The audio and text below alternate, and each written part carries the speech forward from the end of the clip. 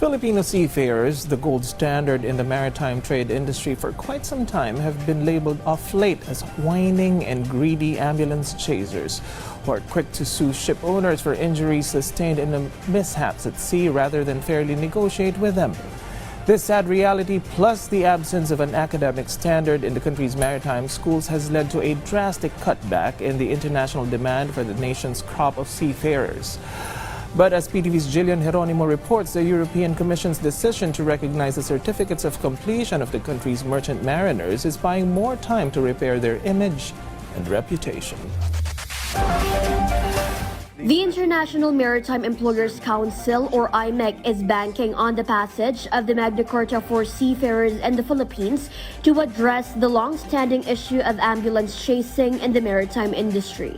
Ambulance chasing is the practice of lawyers persuading someone who was injured at work to seek large monetary damages, sometimes even for minor injuries, against the responsible party. This as lawyers get bigger percentages of the compensation.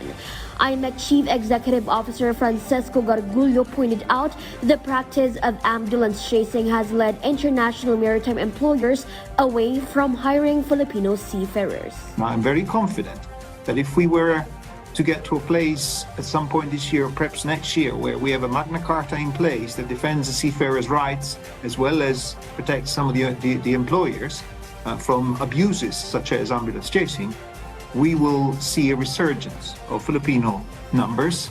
He further pointed out that maritime schools in the Philippines are not uniform with the provision of education, which is also one of the reasons why there has been a decrease in the number of Filipino seafarers being hired aboard shipping vessels. He cited that of the 30,000 estimated annual maritime graduates in the country, only 3,000 or 10% end up with jobs in fleets.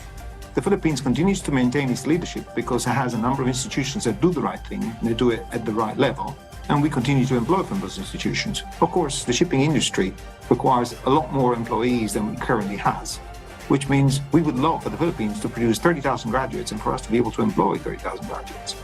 To discuss ways forward, the Department of Migrant Workers disclosed that the Transportation Department has invited them, the Commission on Higher Education, and the Marina to create a singular integrated roadmap that aims to boost the capability of maritime graduates to be hired aboard shipping vessels. For now, the international maritime stakeholders welcome the move of the European Commission to recognize the validity of Philippine certificates issued to Filipino seafarers. The DMW said about 50,000 jobs have been saved by this development. Jillian Geronimo for The Nation.